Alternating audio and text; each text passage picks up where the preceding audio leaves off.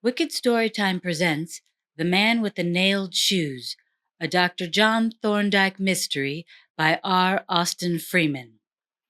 Please remember to hit like and subscribe to support this channel. Places, even on the east coast of England, of little Sundersley, and the country that's miles distant from any considerable town, in which primitive manners and custom, into an age that has elsewhere forgotten. A small contingent of visitors, adventurous solitary habits, make their appearance to the wide stretches of smooth sand of life and sober gaiety. But in late acquaintance, its pasture lands lie seldom trodden by human foot, and the sand lays together. No footprint appears.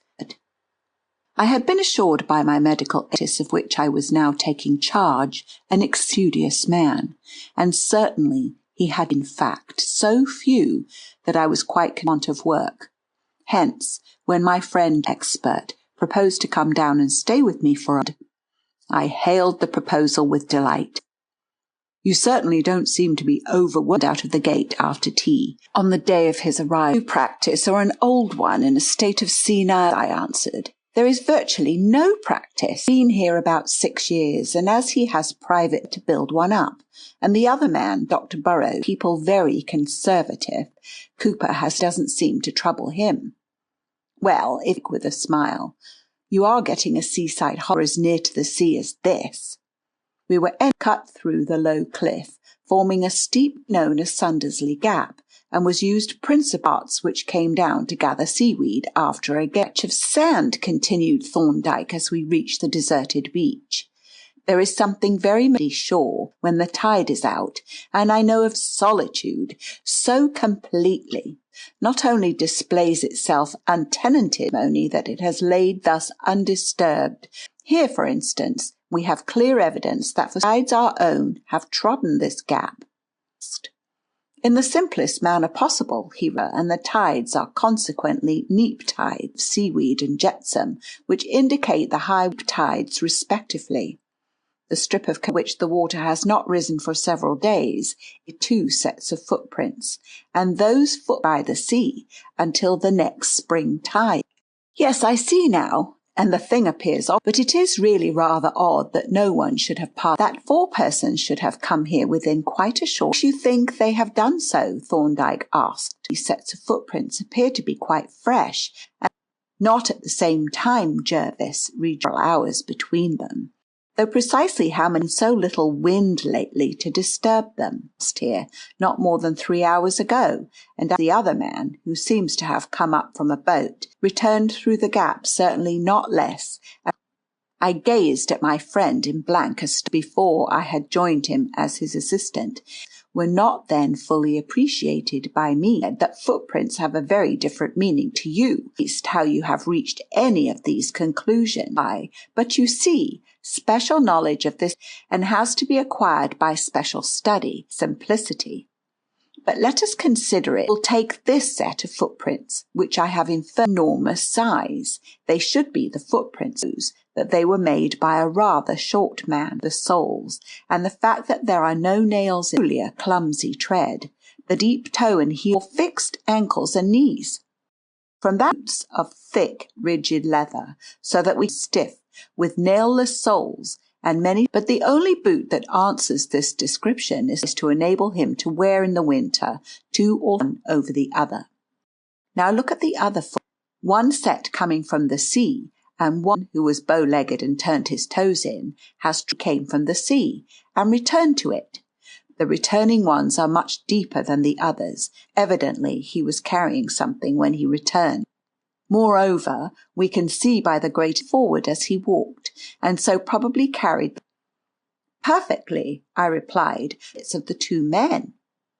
That also way out, and it is thus about 3 hours walked just about the neap tide, high water low, but none of his footprints have been obliterated to high water.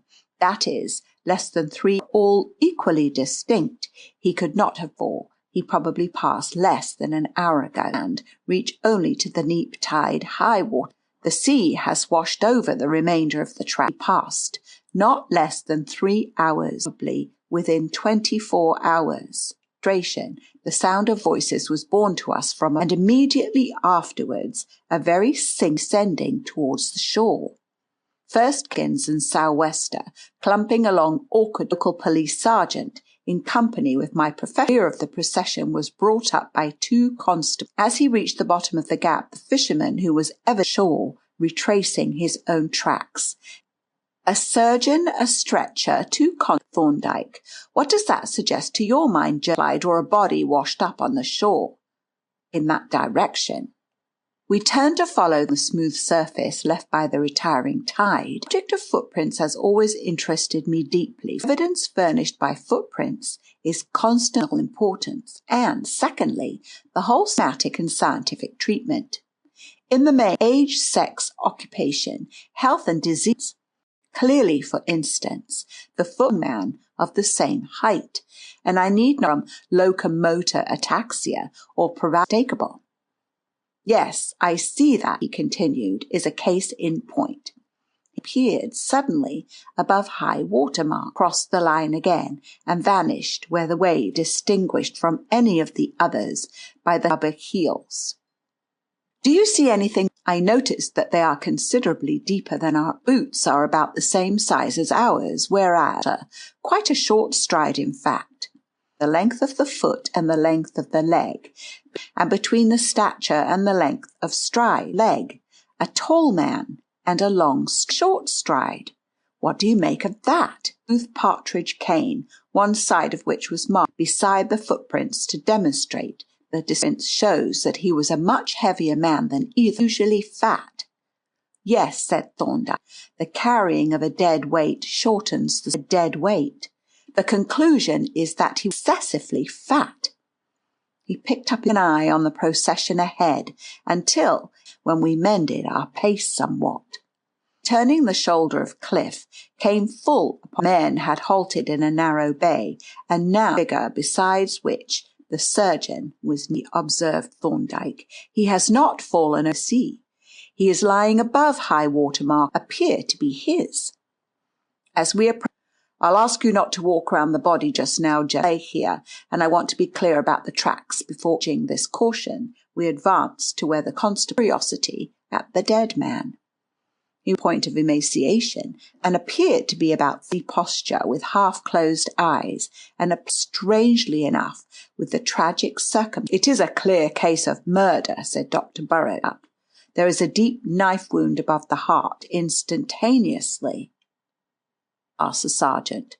12 hours at least. 12 hours, eh? Repeated the officer. I won't commit myself to a definite. Only say not less than 12 hours.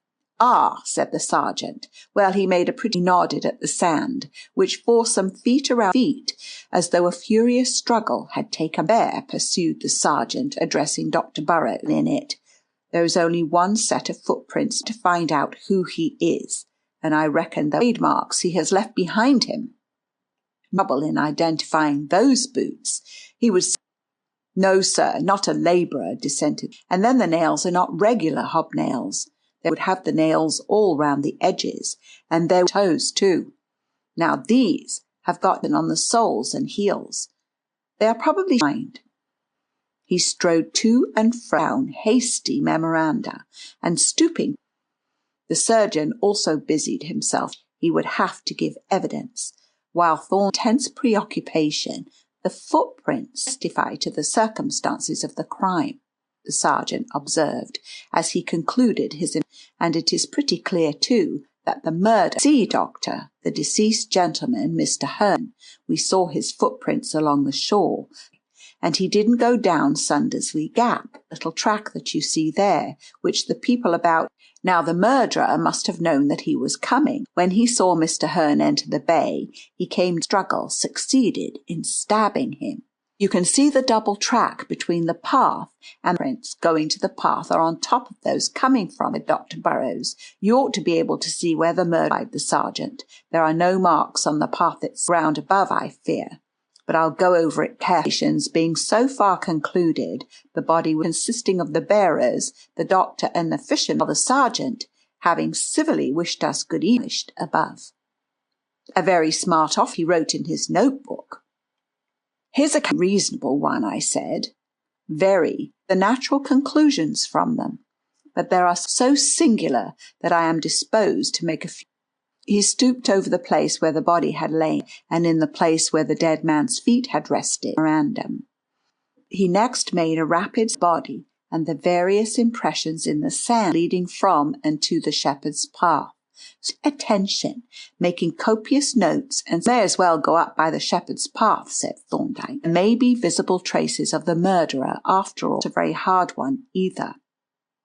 We walked up the face of the cliff, and, stooping to the surface, here, at the bottom on the crumbling surface of the murderer's nailed by the tracks of the sergeant, whose boots were marks became rather less distinct, and at quite them altogether, though we had notices of the sergeant's passage up the path and the path that ran along its edge, but here visible impressions on the ground.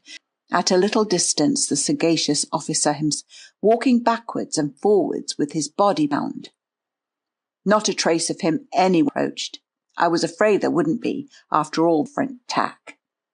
This is a small place. They'll be sure to be known. They called him, said Thorndyke, as we turned towards the... Oh, no, sir, replied he has only been here about 3 weeks, but man soon gets to be known, and his business... What was his business, then? He was down here for a holiday, though it's a good way, and living here, and that makes a difference. Mr. I understand. I am going to call along the footpath that led towards the village, but had a loud hail drew our attention to a mention of the cliff. Why? Stopping short and waving his hand.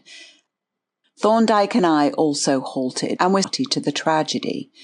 As the stranger drew a man of about 40, dressed in of an ordinary country gentleman, except of a walking stick, the staff of a butterfly projected from his pocket. Was panting from his exertions, and found dead on the beach. It is quite... he has been murdered. He turned towards us, a face that must all white and scared, and after a brief pause, he... Poor old Hearn, how did it happen, Sergeant? And we can't say for certain when it happened. Lose. I was just coming up to call on you, with a startled glance at the officer. What for, Mr. Hearn? Who he was, and whether he had any fact that would give us a hint as to where to look for those who knew him at all intimately.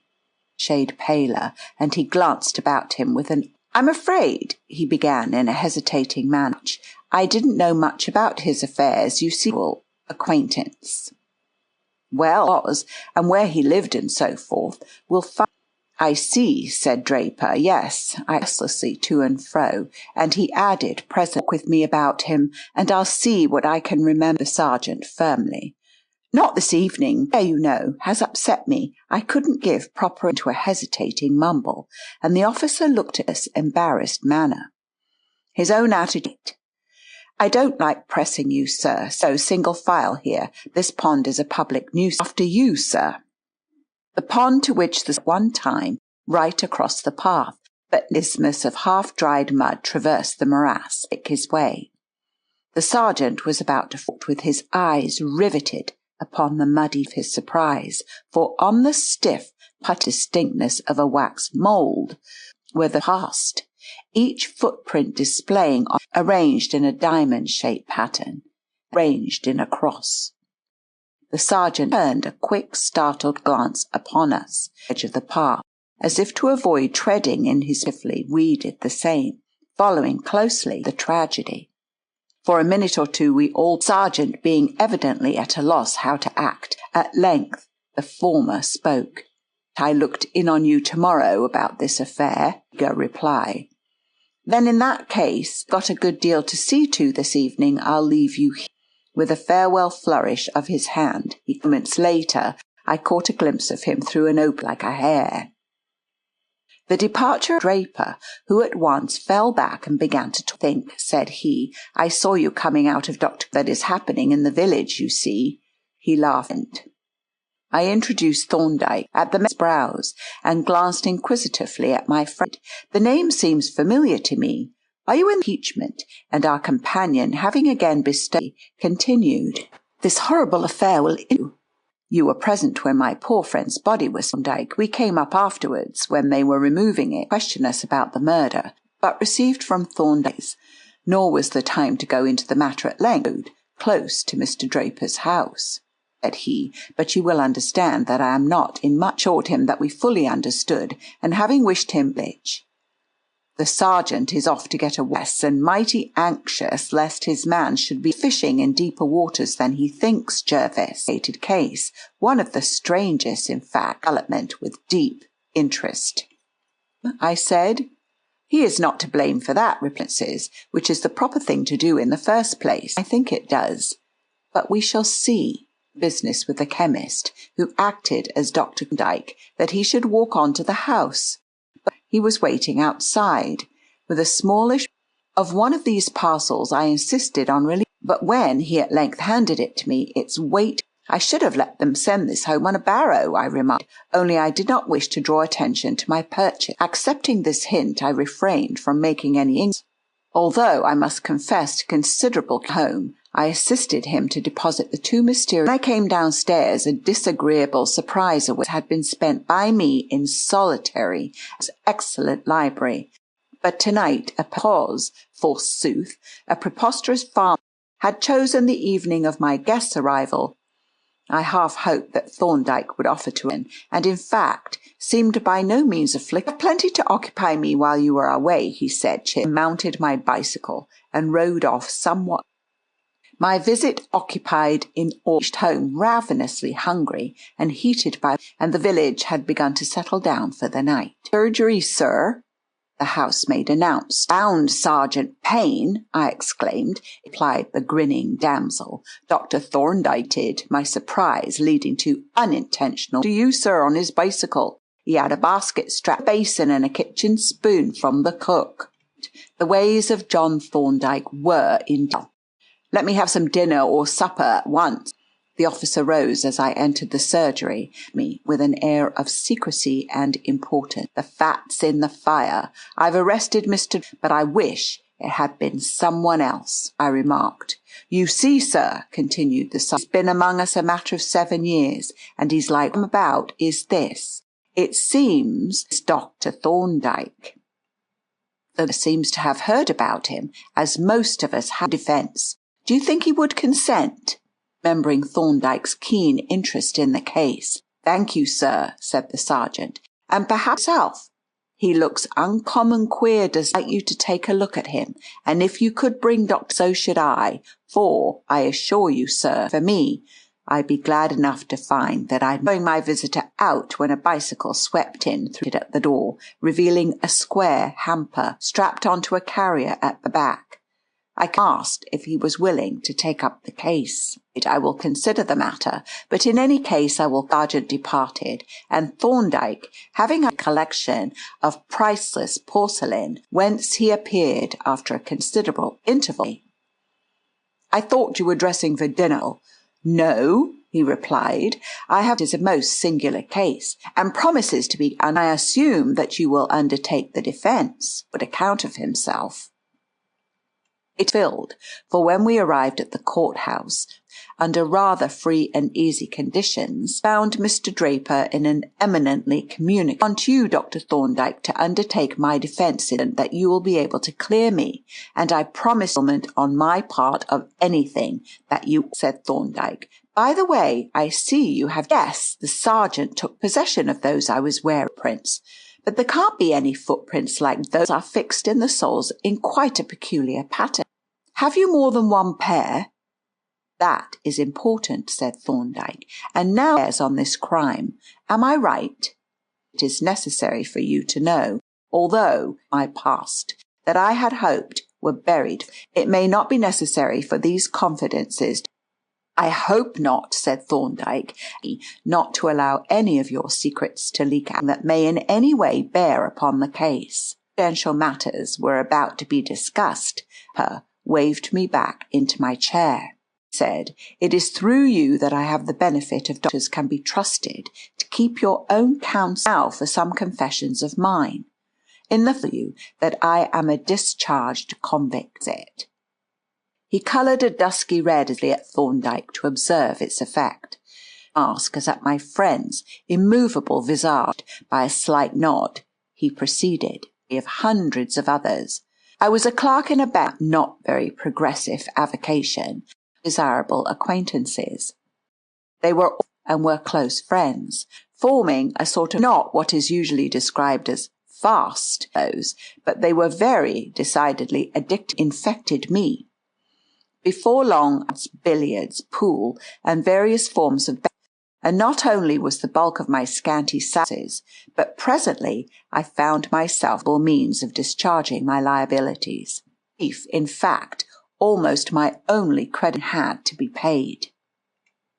Now each Pitford, Hearn, and Jezzard were extent of their cleverness was not appreciated by me, too was clever in my way, and a most possessed the fatal gift of imitating remarkable accuracy.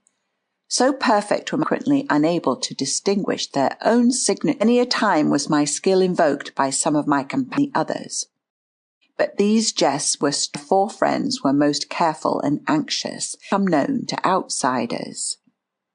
Doubt foreseen, my debts, though small, expect of being able to pay them. Then we had been playing bridge at his rooms, and my debt. I scribbled out an IOU, picked it up with a very wry face, and he said presently, "This paper is all very well. Creditors demand hard cash." "Help it." "Yes, you can," said he, then propounded a scheme which I at first rejected, which backed him up. I at last allowed myself execution. I contrived, by superiors at the bank, to get possession up with small amounts, not more than 2 imitations of the signatures of some of our clients, stamping on the account numbers, and when this had been done, of forged cheques. In settlements, the cheques were duly presented. The modest sums for which I had drawn quite considerable amounts. They were all that one which had been altered from upon an account which was already slightly suspicious. The cheque was impounded, and of course the mine exploded. But inquiries were set afoot which soon brought answers which I need not describe. Lost my nerve and finally made a full confession. It was not conducted vindictively, and though I endeavoured to cast a part of the blame onto I did not succeed. Jezzard, it is true, and consequently the whole burden of the fourth course convicted me, and I was sentenced to. During the time that I was in prison, and uncle of his will, I inherited the whole. When the time arrived for my release, I came out comparatively rich. I at once began to look about for some quiet spot, and with little chance of my identity being in Sundersley, and here I have lived I think, by my neighbours, who have a convicted felon of my 4 confederates, and I hope to believe my life. But they had not my sorrow, and from the day of that meeting, instance at Sundersley, have vanished with my life, changing my happiness into bitter misery, and my nights with terror, gloomy reverie. Under what circumstances? "Ah," exclaimed Draper, "circumstances were very singular and suspicious. Shopping. About 11 o'clock in the forenoon, I noticed 2 men looking in the window, or rather burst earnestly.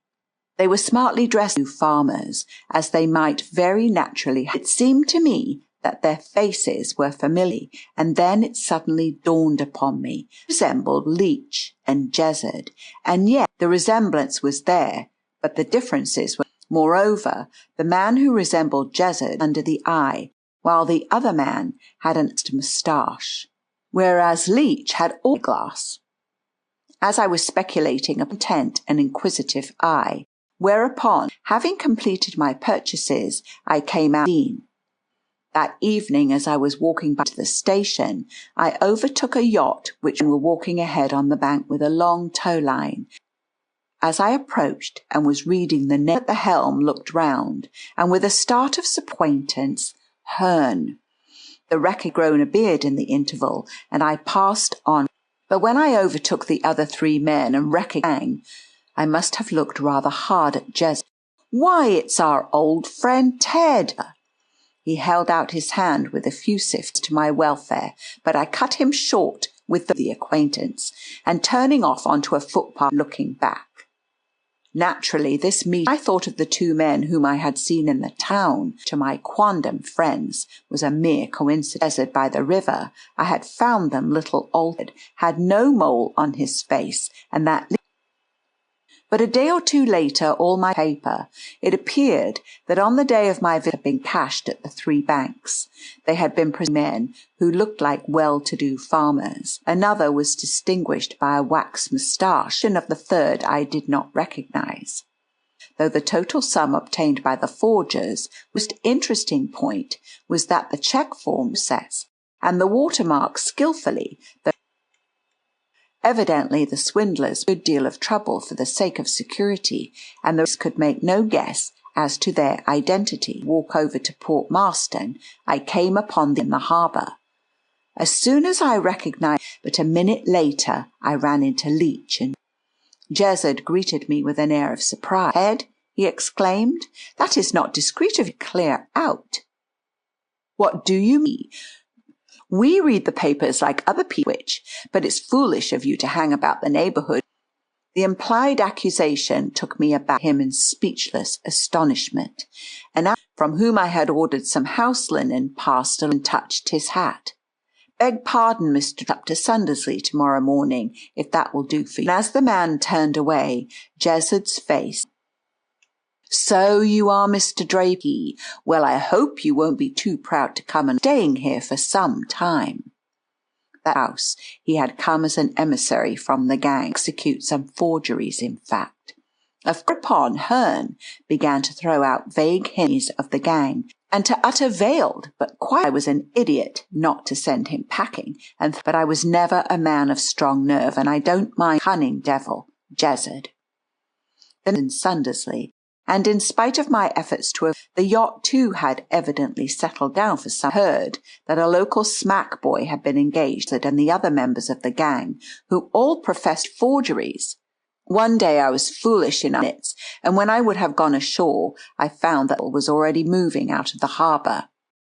Scoundrels were so jovial and good-natured, and my will, that I presently cooled down, so that I should not make dents in the smooth deck with and spent quite a pleasant day.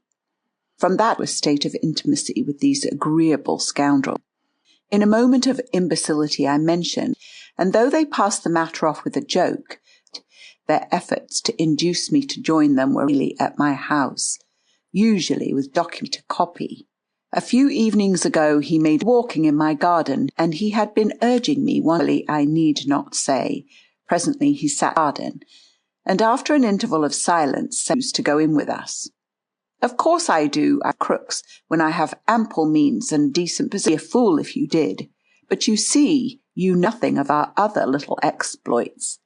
Consequently, you can take it from me that now, Jace, until you have given us some kind of a whole sea, and as long as you have a clean sheet, is the position. You know it, and Jez cunning as the devil." "I know well," continued Hearn. "Now I'm going to make you can easily afford it, or pay me a fee for ever from Jezard and the others." "Very simply," he replied. "I am sick of the life. Now I am ready to clean off my aim, but I must have some means of livelihood." "You will turn king's evidence?" I asked, "or say 2,000 down on the conviction." That for some time I made no reply. Proposition. The silence was suddenly broken on the other side of the hedge. Outside the hedge, we raced up the garden to the lane. There was not a soul in sight.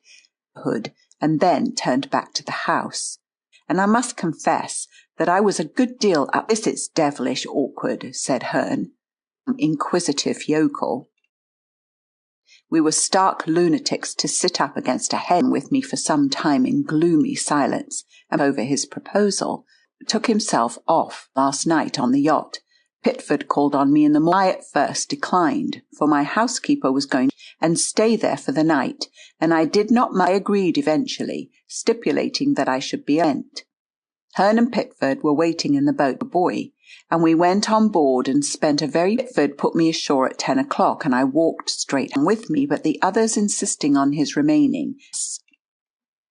Which way did you walk the town and along the main road? And that is only all, replied Draper.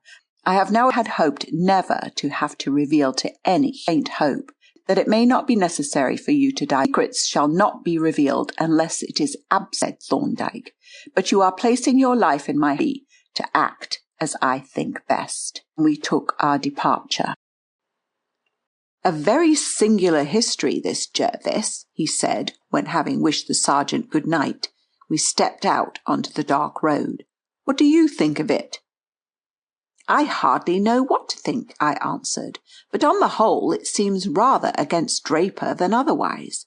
He admits that he is an old criminal, and it appears that he was being persecuted and blackmailed by the man Hearn. It is true that he represents Jezard as being the leading spirit and prime mover in the persecution, but we have only his word for that. Hearn was in lodgings near him, and was undoubtedly taking the most active part in the business, and it is quite possible, and indeed probable, that Hearn was the actual Deus ex machina. Thorndyke nodded. Yes, he said, that is certainly the line the prosecution will take if we allow the story to become known. Ha! What is this? We are going to have some rain. Yes, and wind too. We are in for an autumn gale, I think.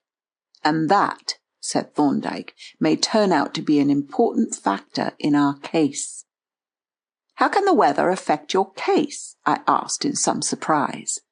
But as the rain suddenly descended in a pelting shower, my companion broke into a run, leaving my question unanswered. On the following morning, which was fair and sunny after the stormy night, Dr. Burrows called for my friend. He was on his way to the extemporized mortuary to make the post-mortem examination of the murdered man's body.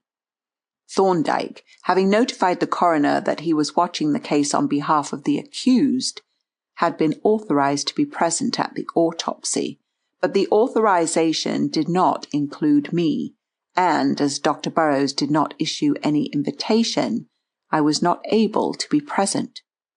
I met them, however, as they were returning, and it seemed to me that Dr. Burrows appeared a little huffy. Your friend, said he in a rather injured tone, is really the most outrageous stickler for forms and ceremonies that I have ever met.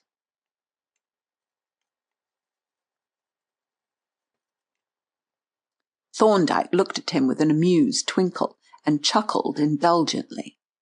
Here was a body, Dr. Burrows continued irritably, found under circumstances clearly indicative of murder and bearing a knife wound that nearly divided the arch of the aorta, in spite of which, I assure you, that Dr. Thorndyke insisted on weighing the body and examining every organ, lungs, liver, stomach, and brain. Yes, actually the brain, as if there had been no clue whatever to the cause of death. And then, as a climax, he insisted on sending the contents of the stomach in a jar, sealed with our respective seals, in charge of a special messenger to Professor Copland for analysis and report. I thought he was going to demand an examination for the tubercle bacillus, but he didn't, which, concluded Dr. Burrows, suddenly becoming sourly facetious, was an oversight, for, after all, the fellow may have died of consumption. Thorndyke chuckled again, and I murmured that the precautions appeared to have been somewhat excessive. Not at all, was the smiling response. You are losing sight of our function. We are the expert and impartial umpires, and it is our business to ascertain with scientific accuracy the cause of death. The prima facie appearances in this case suggest that the deceased was murdered by Draper, and that is the hypothesis advanced. But that is no concern of ours. It is not our function to confirm an hypothesis suggested by outside circumstances, but rather, on the contrary, to make certain that no other explanation is possible. And that is my invariable practice. No matter how glaringly obvious the appearances may be, I refuse to take anything for granted." Dr. Burrows received this statement with a grunt of dissent, but the arrival of his dog-cart put a stop to further discussion. Thorndyke was not subpoenaed for the inquest. Dr. Burrows and the sergeant having been present immediately after the finding of the body, his evidence was not considered necessary, and moreover, he was known to be watching the case in the interests of the accused. Like myself, therefore, he was present as a spectator, but as a highly interested one, for he took very complete shorthand notes of the whole of the evidence and the coroner's comments. I shall not describe the proceedings in detail. The jury, having been taken to view the body, trooped into the room on tiptoe, looking pale and awe-stricken, and took their seats, and thereafter, from time to time, directed glances of furtive curiosity at Draper, as he stood pallid and haggard, confronting the court, with a burly rural constable on either side. The medical evidence was taken first. Dr. Burrows, having been sworn, began with sarcastic emphasis to describe the conditions of the lungs and liver until he was interrupted by the coroner. "Is all this necessary?" the latter inquired. "I mean, is it material to the subject of the inquiry?" "I should say not," replied Dr. Burrows. "It appears to me to be quite irrelevant, but Dr. Thorndyke, who is watching the case for the defence, thought it necessary." "I think," said the coroner, "you had better give us only the facts that are material. The jury want you to tell them what you consider to have been the cause of death. They don't want a lecture on pathology." "The cause of death," said Dr. Burrows, "was a penetrating wound of the chest, apparently inflicted with a large knife. The weapon entered between the second and third ribs on the left side, close to the sternum or breastbone. It wounded the left lung, and partially divided both the pulmonary artery and the aorta, the two principal arteries of the body." "Was this injury alone sufficient to cause death?" the coroner asked. "Yes," was the reply, "and death from injury to these great vessels would be practically instantaneous."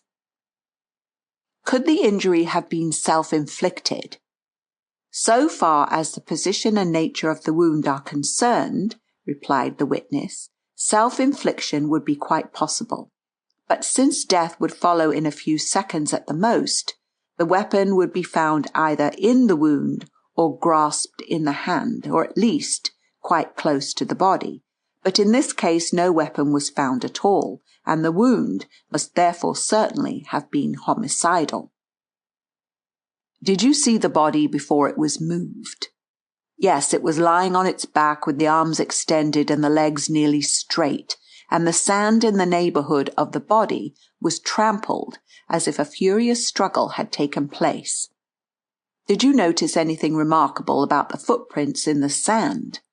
"I did," replied Dr. Burrows. "They were the footprints of two persons only. One of these was evidently the deceased, whose footmarks could be easily identified by the circular rubber heels. The other footprints were those of a person, apparently a man, who wore shoes or boots, the soles of which were studded with nails, and these nails were arranged in a very peculiar and unusual manner, for those on the soles formed a lozenge or diamond shape, and those on the heel were set out in the form of a cross." "Have you ever seen shoes or boots with the nails arranged in this manner?" "Yes, I have seen a pair of shoes which I am informed belong to the accused. The nails in them are arranged as I have described." "Would you say that the footprints of which you have spoken were made by those shoes?" "No, I could not say that. I can only say that, to the best of my belief, the pattern on the shoes is similar to that in the footprints." This was the sum of Dr. Burrows' evidence, and to all of it Thorndyke listened with an immovable countenance, though with the closest attention. Equally attentive was the accused man, though not equally impassive. Indeed, so great was his agitation that presently one of the constables asked permission to get him a chair. The next witness was Arthur Jessup. He testified that he had viewed the body and identified it as that of Charles Hearn, that he had been acquainted with deceased for some time, but knew practically nothing of his affairs. At the time of his death, deceased was lodging in the village. Why did he leave the yacht? The coroner inquired. Was there any kind of disagreement? Not in the least, replied Jessup. He grew tired of the confinement of the yacht and came to live ashore for a change. But we were the best of friends, and he intended to come with us when we sailed. When did you see him last? On the night before the body was found, that is, last Monday. He had been dining on the yacht, and we put him ashore about midnight. He said, as we were rowing him ashore, that he intended to walk home along the sands, as the tide was out. He went up the stone steps by the watch-house, and turned at the top to wish us good night. That was the last time I saw him alive. Do you know anything of the relations between the accused and the deceased?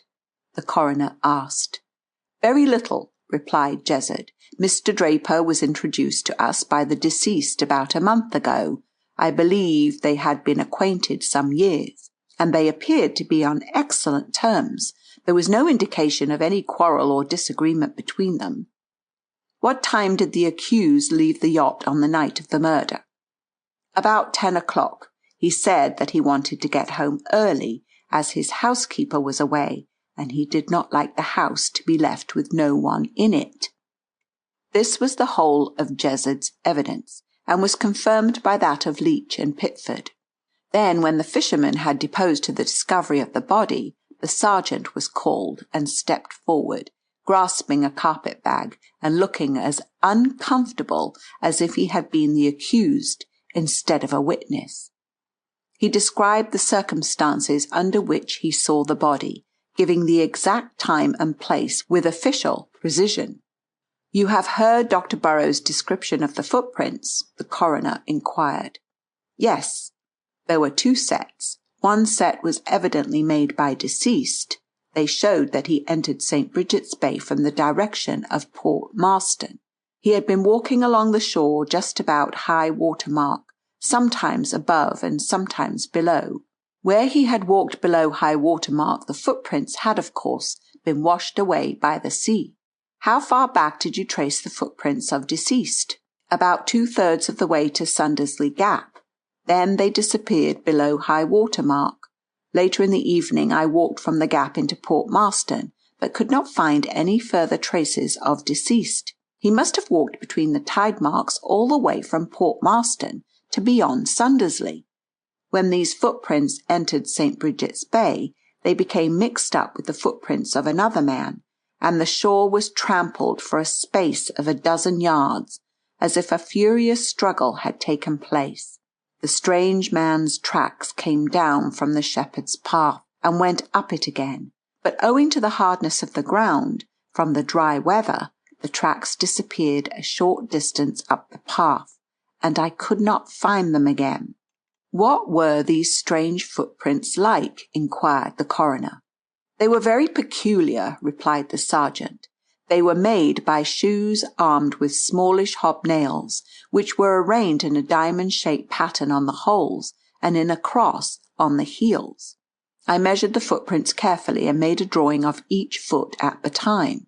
Here the sergeant produced a long notebook of funereal aspect, and having opened it at a marked place, handed it to the coroner, who examined it attentively, and then passed it on to the jury. From the jury it was presently transferred to Thorndyke, and looking over his shoulder, I saw a very workmanlike sketch of a pair of footprints with the principal dimensions inserted. Thorndyke surveyed the drawing critically, jotted down a few brief notes, and returned the sergeant's notebook to the coroner, who, as he took it, turned once more to the officer. "Have you any clue, Sergeant, to the person who made these footprints?" he asked. By way of reply, the sergeant opened his carpet bag and, extracting therefrom a pair of smart but stoutly made shoes, laid them on the table. "Those shoes," he said, "are the property of the accused. He was wearing them when I arrested him. They appear to correspond exactly to the footprints of the murderer. The measurements are the same, and the nails with which they are studded are arranged in a similar pattern. Extreme length 11¾ inches, width at A 4½ inches, length of heel 3¼ inches, width of heel at cross 3 inches." "Would you swear that the footprints were made with these shoes?" asked the coroner. "No, sir, I would not," was the decided answer. "I would only swear to the similarity of size and pattern." "Had you ever seen these shoes before you made the drawing?" "No, sir," replied the sergeant, and he then related the incident of the footprints in the soft earth by the pond, which led him to make the arrest. The coroner gazed reflectively at the shoes which he held in his hand, and from them to the drawing. Then, passing them to the foreman of the jury, he remarked, "Well, gentlemen, it is not for me to tell you whether these shoes answer to the description given by Dr. Burrows and the sergeant, or whether they resemble the drawing which, as you have heard, was made by the officer on the spot and before he had seen the shoes. That is a matter for you to decide. Meanwhile, there is another question that we must consider." He turned to the sergeant and asked, "Have you made any inquiries as to the movements of the accused on the night of the murder?" "I have," replied the sergeant, "and I find that on that night the accused was alone in the house, his housekeeper having gone over to Eastwich. 2 men saw him in the town about 10 o'clock, apparently walking in the direction of Sundersley." This concluded the sergeant's evidence, and when 1 or 2 more witnesses had been examined without eliciting any fresh facts, the coroner briefly recapitulated the evidence and requested the jury to consider their verdict. Thereupon a solemn hush fell upon the court, broken only by the whispers of the jurymen as they consulted together, and the spectators gazed in awed expectancy from the accused to the whispering jury. I glanced at Draper sitting huddled in his chair, his clammy face as pale as that of the corpse in the mortuary hard by, his hands tremulous and restless, and, scoundrel as I believed him to be, I could not but pity the abject misery that was written large all over him, from his damp hair to his incessantly shifting feet. The jury took but a short time to consider their verdict. At the end of 5 minutes, the foreman announced that they were agreed, and in answer to the coroner's formal inquiry, stood up and replied, "We find that the deceased met his death by being stabbed in the chest by the accused man, Alfred Draper." "That is a verdict of wilful murder," said the coroner, and he entered it accordingly in his notes. The court now rose, the spectators reluctantly trooped out, the jurymen stood up and stretched themselves, and the 2 constables, under the guidance of the sergeant, carried the wretched Draper in a fainting condition to a closed fly that was waiting outside. "I was not greatly impressed by the activity of the defence," I remarked maliciously as we walked home. Thorndyke smiled. "You surely did not expect me to cast my pearls of forensic learning before a coroner's jury," said he. "I expected that you would have something to say on behalf of your client," I replied. "As it was, his accusers had it all their own way." "And why not?" he asked. "Of what concern to us is the verdict of the coroner's jury?" "It would have seemed more decent to make some sort of defence," I replied. "My dear Jervis," he rejoined, "you do not seem to appreciate the great virtue of what Lord Beaconsfield so felicitously called a policy of masterly inactivity, and yet that is one of the great lessons that a medical training impresses on the student." "That may be so," said I, "but the result up to the present of your masterly policy is that a verdict of wilful murder stands against your client, and I don't see what other verdict the jury could have found." "Neither do I," said Thorndyke. I had written to my principal, Dr. Cooper, describing the stirring events that were taking place in the village, and had received a reply from him instructing me to place the house at Dr. Thorndyke's disposal and to give him every facility for his work. In accordance with which edict, my colleague took possession of a well-lighted, disused stable loft and announced his intention of moving his things into it. Now, as these things included the mysterious contents of the hamper that the housemaid had seen, I was possessed with a consuming desire to be present at the flitting, and I do not mind confessing that I purposefully lurked about the stairs in the hopes of thus picking up a few crumbs of information. But Thorndyke was one too many for me, a misbegotten infant in the village having been seized with inopportune convulsions. I was compelled most reluctantly to hasten to its relief, and I returned only in time to find Thorndyke in the act of locking the door of the loft. "A nice, light, roomy place to work in," he remarked as he descended the steps, slipping the key into his pocket. "Yes," I replied, and added boldly, "What do you intend to do up there?" "Work up the case for the defence," he replied, "and, as I have now heard all that the prosecution have to say, I shall be able to forge ahead." That was vague enough, but I consoled myself with the reflection that in a very few days I should, in common with the rest of the world, be in possession of the results of his mysterious proceedings. For in view of the approaching assizes, preparations were being made to push the case through the magistrates' court as quickly as possible, in order to obtain a committal in time for the ensuing sessions. Draper had, of course, been already charged before a justice of the peace and evidence of arrest taken, and it was expected that the adjourned hearing would commence before the local magistrates on the 5th day after the inquest. The events of these 5 days kept me in a positive ferment of curiosity. In the first place, an inspector of the Criminal Investigation Department came down and browsed about the place in company with the sergeant. Then Mr. Bashfield, who was to conduct the prosecution, came and took up his abode at the Cat and Chicken. But the most surprising visitor was Thorndyke's laboratory assistant, Polton, who appeared one evening with a large trunk and a sailor's hammock, and announced that he was going to take up his quarters in the loft. As to Thorndyke himself, his proceedings were beyond speculation. From time to time he made mysterious appearances at the windows of the loft, usually arrayed in what looked suspiciously like a nightshirt.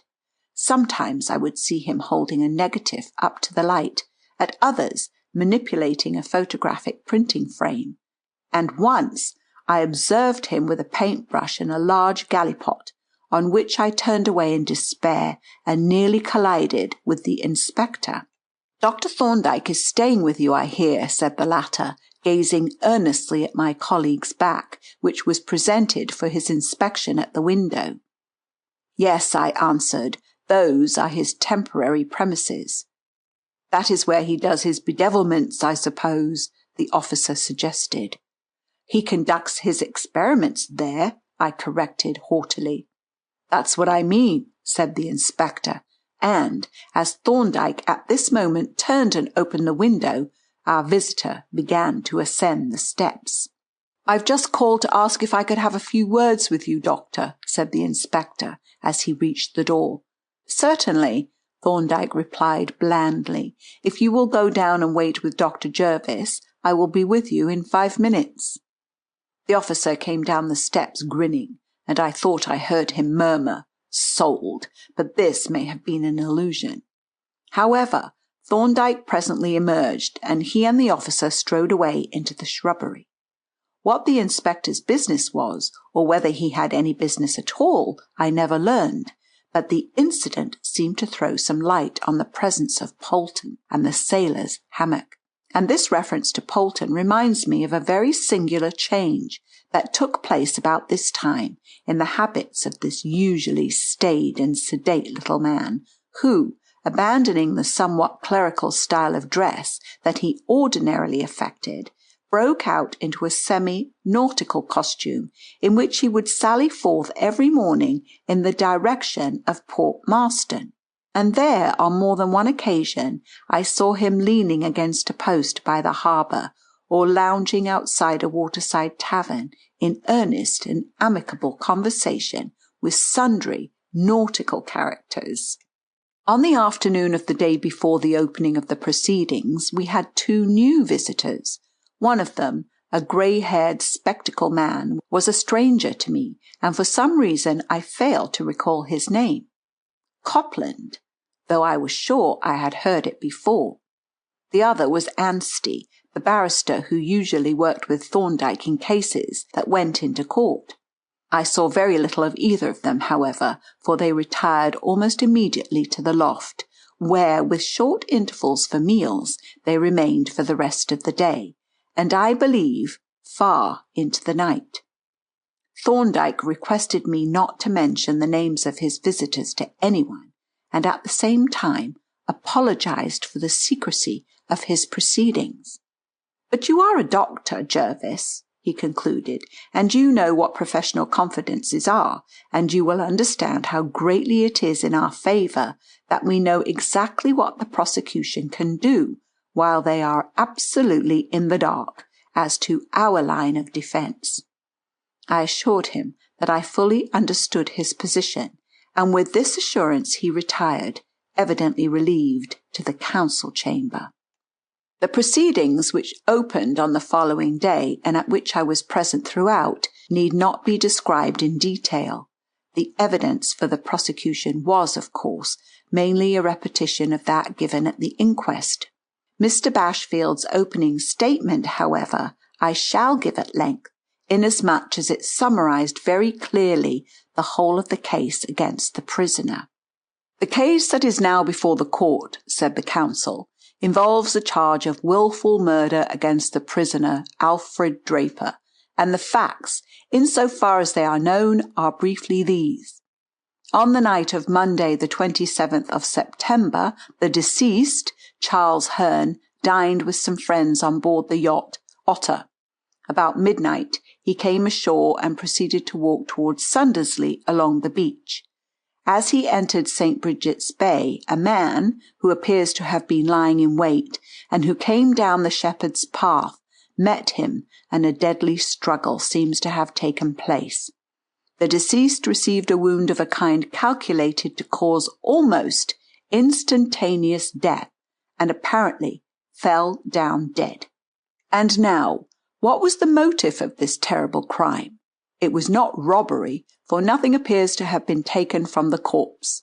Money and valuables were found, as far as is known, intact.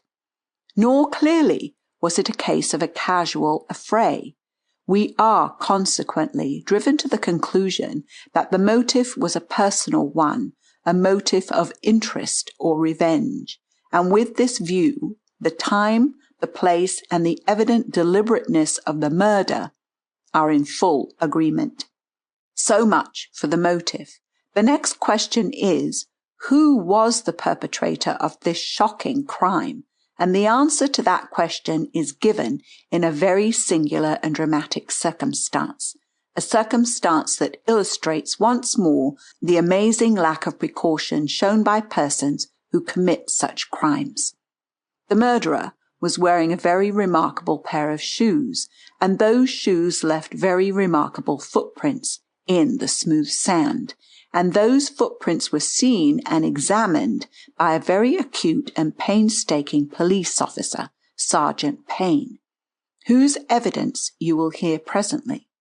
The sergeant not only examined the footprints, he made careful drawings of them on the spot, mind you, not from memory, and he made very exact measurements of them, which he duly noted down. And from those drawings and those measurements, those telltale shoes have been identified, and are here for your inspection. And now, Who is the owner of those very singular, those almost unique shoes? I have said that the motive of this murder must have been a personal one, and behold, the owner of those shoes happens to be the one person in the whole of this district who could have had a motive for compassing the murdered man's death. Those shoes belong to and were taken from the foot of the prisoner, Alfred Draper. And the prisoner, Alfred Draper, is the only person living in this neighbourhood who was acquainted with the deceased. It has been stated in evidence at the inquest that the relations of these two men, the prisoner and the deceased, were entirely friendly. But I shall prove to you that they were not so friendly as has been supposed. I shall prove to you, by the evidence of the prisoner's housekeeper, that the deceased was often an unwelcome visitor at the house, that the prisoner often denied himself when he was really at home and disengaged, and, in short, that he appeared constantly to shun and avoid the deceased. One more question, and I have finished. Where was the prisoner on the night of the murder? The answer is that he was in a house little more than half a mile from the scene of the crime, and who was with him in that house? Who was there to observe and testify to his going forth and his coming home? No one. He was alone in the house. On that night of all nights he was alone. Not a soul was there to rouse at the creak of a door or the tread of a shoe, to tell us whether he slept or whether he stole forth in the dead of the night. Such are the facts of this case.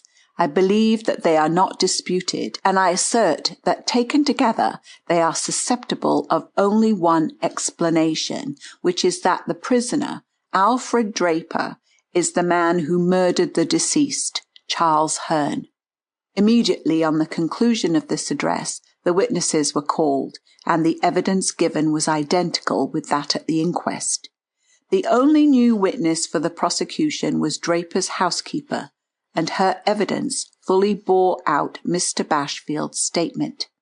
The sergeant's account of the footprints was listened to with breathless interest, and at its conclusion the presiding magistrate, a retired solicitor, once well known in criminal practice, put a question which interested me as showing how clearly Thorndyke had foreseen the course of events, recalling as it did his remark on the night when we were caught in the rain.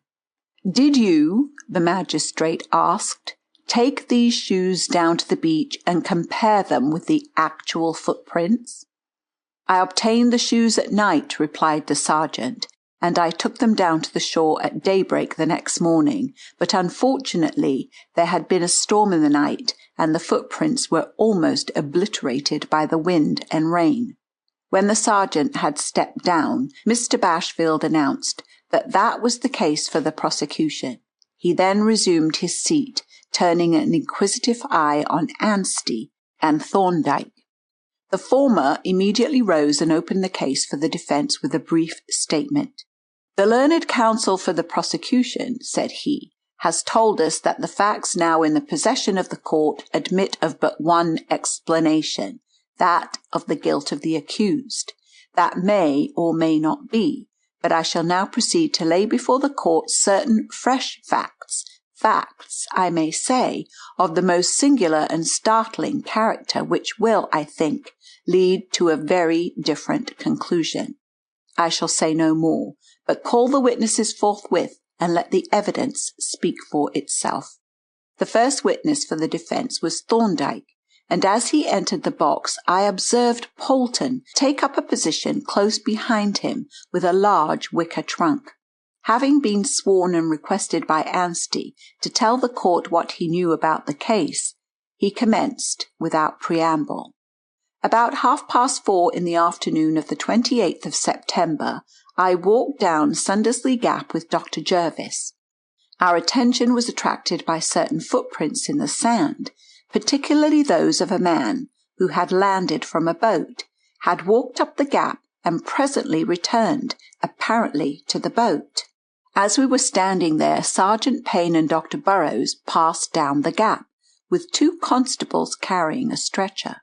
We followed at a distance, and as we walked along the shore, we encountered another set of footprints, those which the sergeant has described as the footprints of the deceased. We examined these carefully and endeavoured to frame a description of the person by whom they had been made.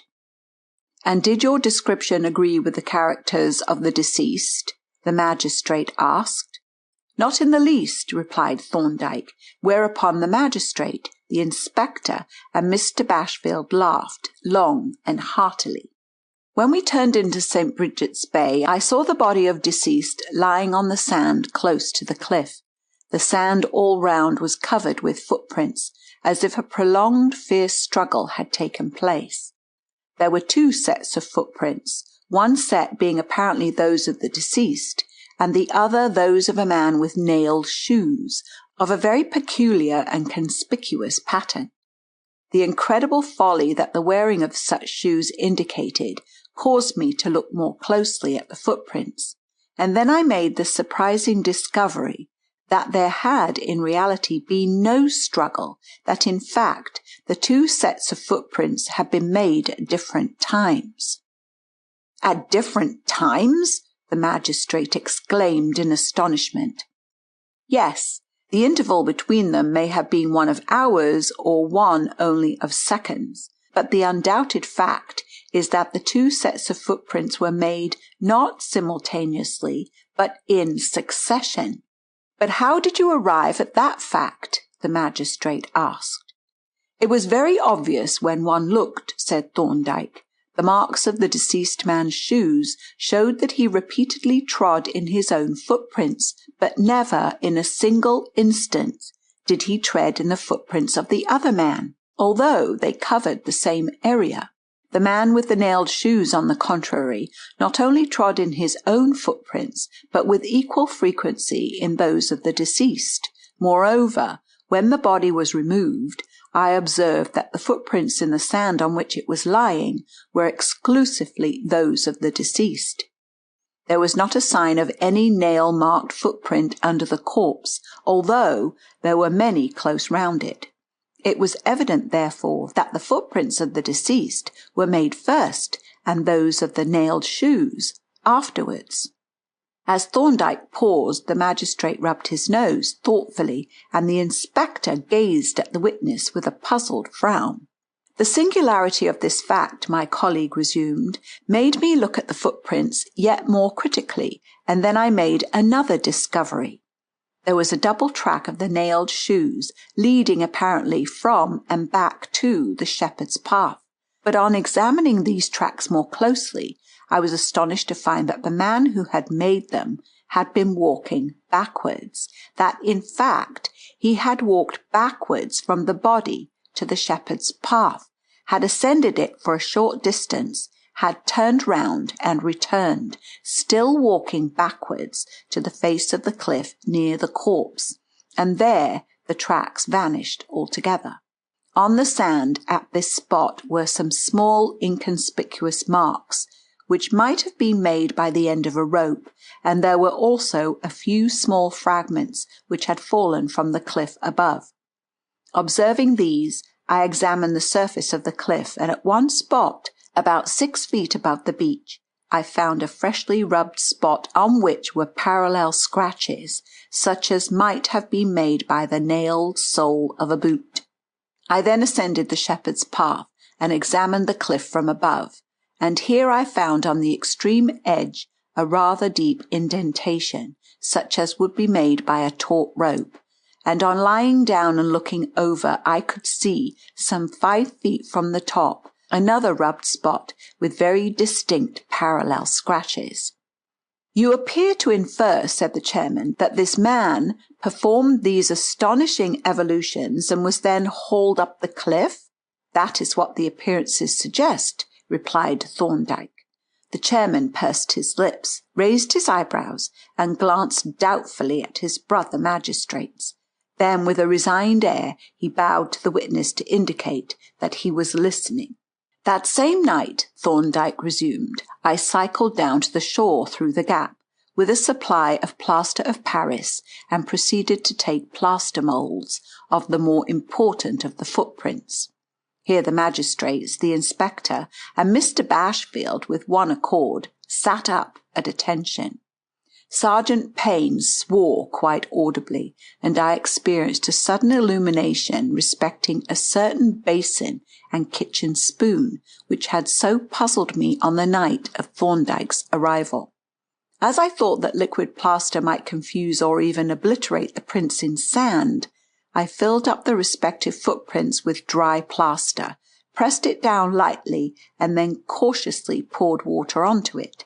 The moulds, which are excellent impressions, of course show the appearance of the boots which made the footprints, and from these moulds I have prepared casts which reproduce the footprints themselves. The first mould that I made was that of one of the tracks from the boat up to the gap, and of this I shall speak presently. I next made a mould of one of the footprints which have been described as those of the deceased. "Have been described," exclaimed the chairman. The deceased was certainly there, and there were no other footprints, so if they were not his, he must have flown to where he was found. "I will call them the footprints of the deceased," replied Thorndyke imperturbably. "I took a mould of one of them, and with it, on the same mould, one of my own footprints. Here is the mould, and here is a cast from it." He turned and took them from the triumphant Polton, who had tenderly lifted them out of the trunk, in readiness. On looking at the cast, it will be seen that the appearances are not such as would be expected.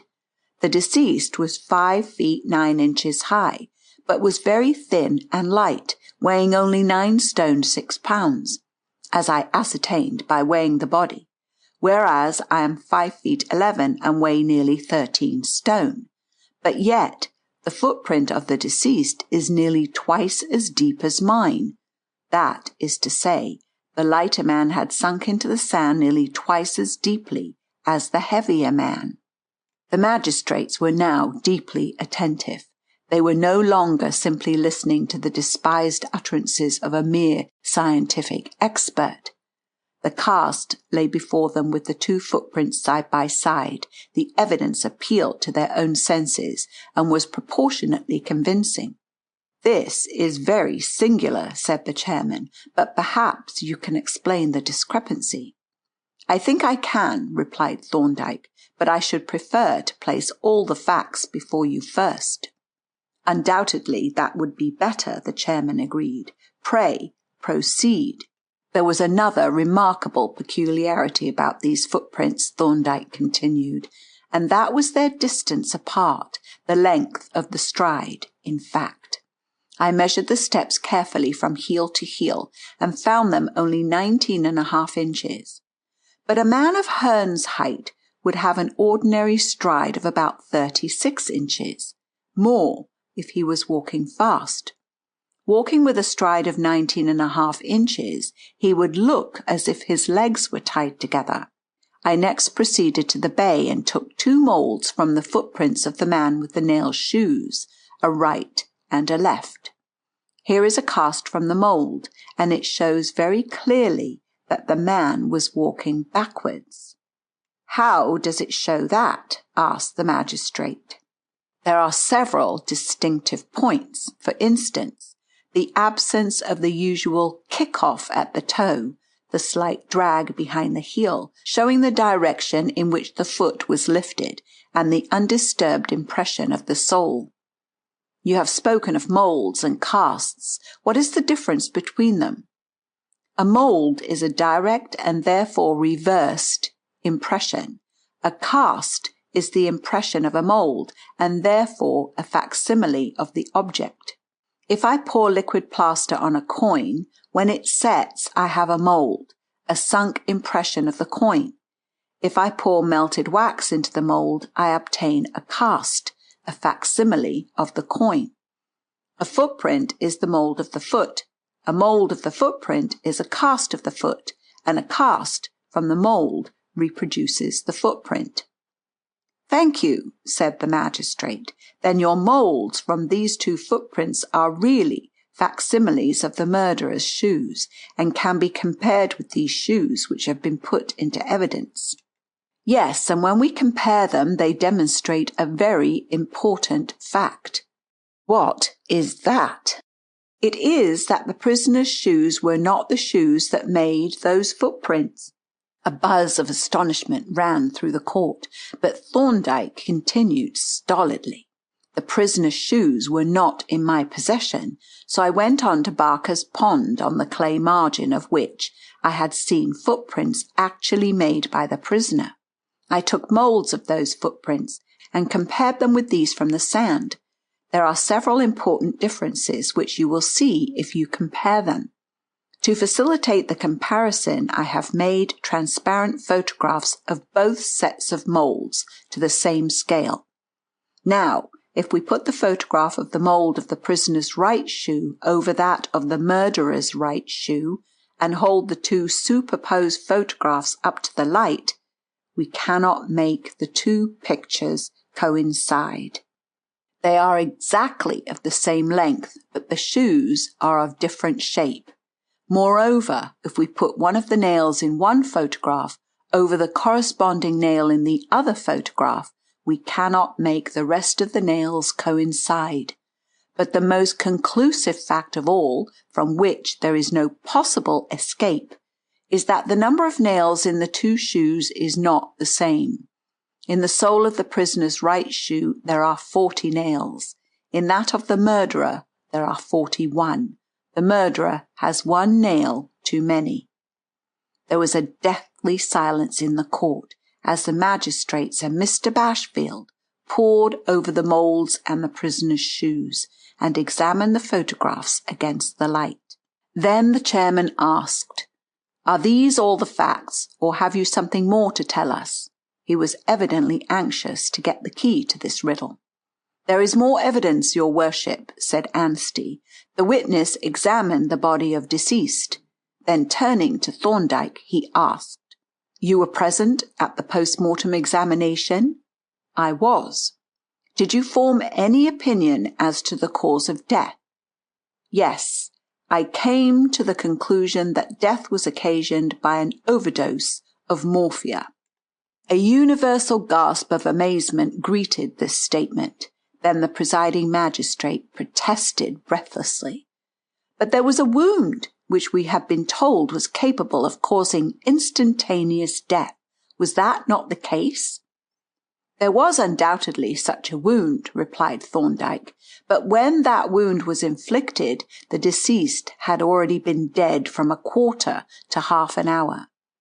"This is incredible," exclaimed the magistrate, "but no doubt you can give us your reasons for this amazing conclusion." "My opinion," said Thorndyke, "was based on several facts. In the first place, a wound inflicted on a living body gapes rather widely, owing to the retraction of the living skin. The skin of a dead body does not retract, and the wound, consequently, does not gape. This wound gaped very slightly, showing that death was recent, I should say, within half an hour. Then a wound on the living body becomes filled with blood, and blood is shed freely on the clothing. But the wound on the deceased contained only a little blood clot.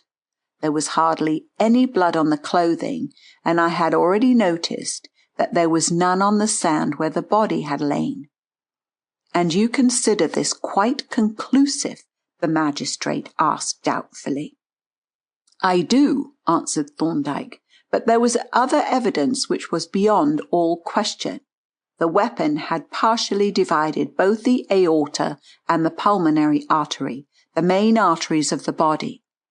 Now, during life, these great vessels are full of blood at a high internal pressure, whereas after death they become almost empty. It follows that, if this wound had been inflicted during life, the cavity in which those vessels lie would have become filled with blood. As a matter of fact, it contained practically no blood, only the merest oozing from some small veins, so that it is certain that the wound was inflicted after death. The presence and nature of the poison I ascertained by analyzing certain secretions from the body, and the analysis enabled me to judge that the quantity of the poison was large, but the contents of the stomach were sent to Professor Copland for more exact examination. Is the result of Professor Copland's analysis known? The magistrate asked Anstey. The professor is here, your worship, replied Anstey, and is prepared to swear to having obtained over 1 grain of morphia from the contents of the stomach, and as this, which is in itself a poisonous dose, is only the unabsorbed residue of what was actually swallowed, the total quantity taken must have been very large indeed. Thank you, said the magistrate. And now, Dr. Thorndyke, if you have given us all the facts, perhaps you will tell us what conclusions you have drawn from them. The facts which I have stated, said Thorndyke, appear to me to indicate the following sequence of events. The deceased died about midnight on September 27 from the effects of a poisonous dose of morphia. How or by whom administered, I offered no opinion. I think that his body was conveyed in a boat to Sundersley Gap.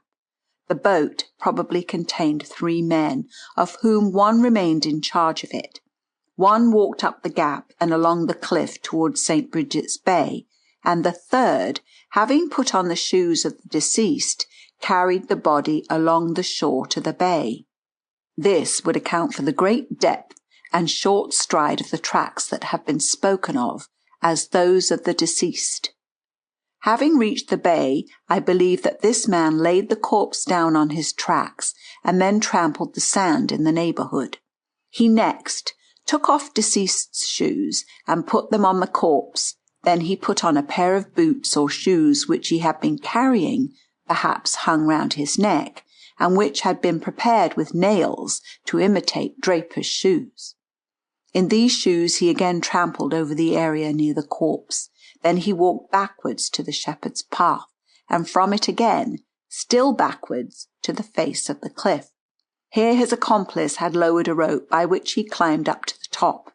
At the top, he took off the nailed shoes, and the 2 men walked back to the gap, where the man who had carried the rope took his confederate on his back and carried him down to the boat to avoid leaving the tracks of stockinged feet. The tracks that I saw at the gap certainly indicated that the man was carrying something very heavy when he returned to the boat. But why should the man have climbed a rope up the cliff when he could have walked up the shepherd's path? The magistrate asked.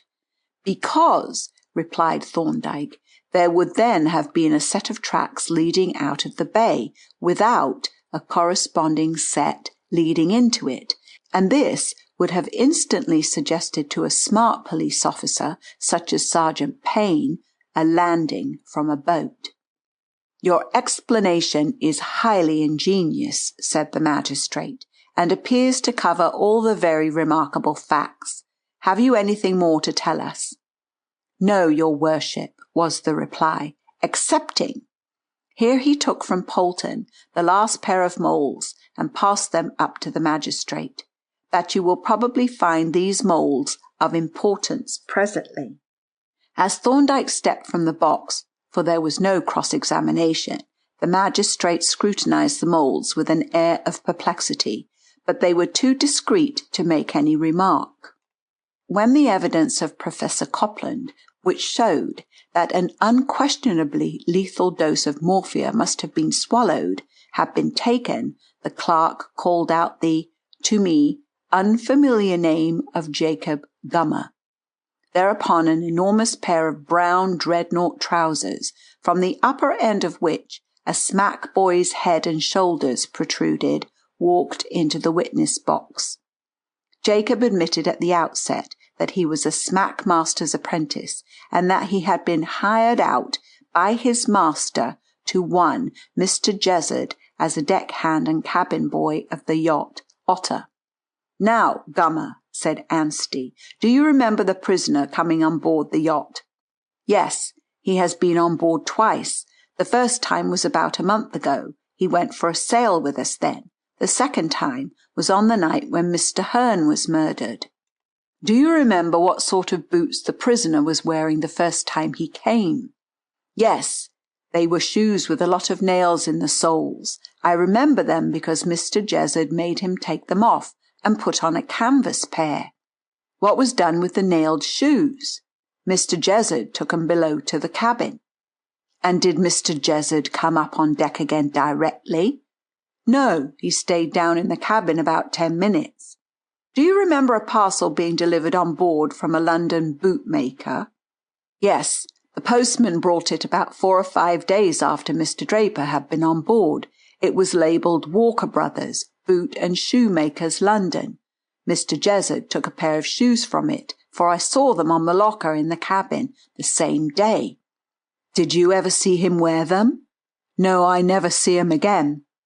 Have you ever heard sounds of hammering on the yacht? Yes, the night after the parcel came, I was on the quay alongside, and I heard someone a-hammering in the cabin. What did the hammering sound like? It sounded like a cobbler a-hammering in nails. Have you ever seen any boot nails on the yacht? Yes, when I was a-clearing up the cabin the next morning, I found a hobnail on the floor in a corner by the locker. Were you on board on the night when Mr. Hearn died? Yes, I'd been ashore, but I came aboard about 9:30. Did you see Mr. Hearn go ashore? I see him leave the yacht. I had turned into my bunk and gone to sleep when Mr. Jezard calls down to me. We're putting Mr. Hearn ashore, says he, and then he says, we're a-going for an hour's fishing. You needn't sit up, he says, and with that he shuts the scuttle.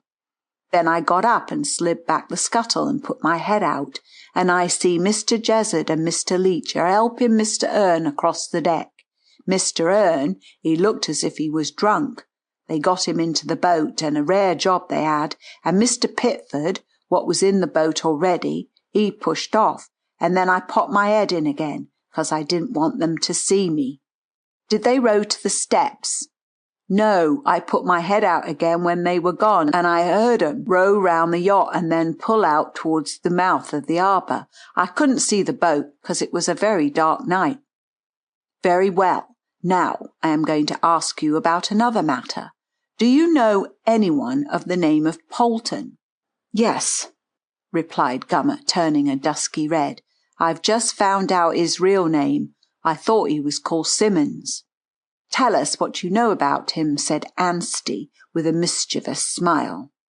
Well, said the boy with a ferocious scowl at the bland and smiling Polton, one day he came down to the yacht when the gentleman had gone ashore. I believe he'd seen 'em go, and he offers me 10 shillin' to let him see all the boots and shoes we got on board. I didn't see no harm, so I turns out the whole lot in the cabin for him to look at. While he was looking at 'em, he asked me to fetch a pair of mine from the forecastle, so I fetches 'em. When I come back he was pitching the boots and shoes back into the locker. Then presently he nips off, and when he was gone I looked over the shoes, and then I found there was a pair missing. They was an old pair of Mr. Jezard's, and what made him nick 'em is more than I can understand. Would you know those shoes if you saw them? Yes, I should, replied the lad. Are these the pair? Anstey handed the boy a pair of dilapidated canvas shoes, which he seized eagerly. Yeah, these is the ones what he stole, he exclaimed. Anstey took them back from the boy's reluctant hands and passed them up to the magistrate's desk. I think, said he, that if your worship will compare these shoes with the last pair of moles, you will have no doubt that these are the shoes which made the footprints from the sea to Sundersley Gap and back again. The magistrates together compared the shoes and the moulds amidst a breathless silence. At length the chairman laid them down on the desk. It is impossible to doubt it, said he. The broken heel and the tear in the rubber sole, with the remains of the checkered pattern, make the identity practically certain. As the chairman made this statement, I involuntarily glanced round to the place where Jezard was sitting, but he was not there, neither he nor Pitford nor Leach. Taking advantage of the preoccupation of the court, they had quietly slipped out of the door. But I was not the only person who had noted their absence. The inspector and the sergeant were already in earnest consultation, and a minute later they too hurriedly departed. The proceedings now speedily came to an end. After a brief discussion with his brother magistrates, the chairman addressed the court. The remarkable and I may say startling evidence which has been heard in this court today, if it has not fixed the guilt of this crime on any individual, has at any rate made it clear to our satisfaction that the prisoner is not the guilty person, and he is accordingly discharged. Mr. Draper, I have great pleasure in informing you that you are at liberty to leave the court, and that you do so entirely clear of all suspicion, and I congratulate you very heartily on the skill and ingenuity of your legal advisers, but for which the decision of the court would, I am afraid, have been very different. That evening, lawyers, witnesses, and the jubilant and grateful client gathered round a truly festive board to dine and fight over again the battle of the day.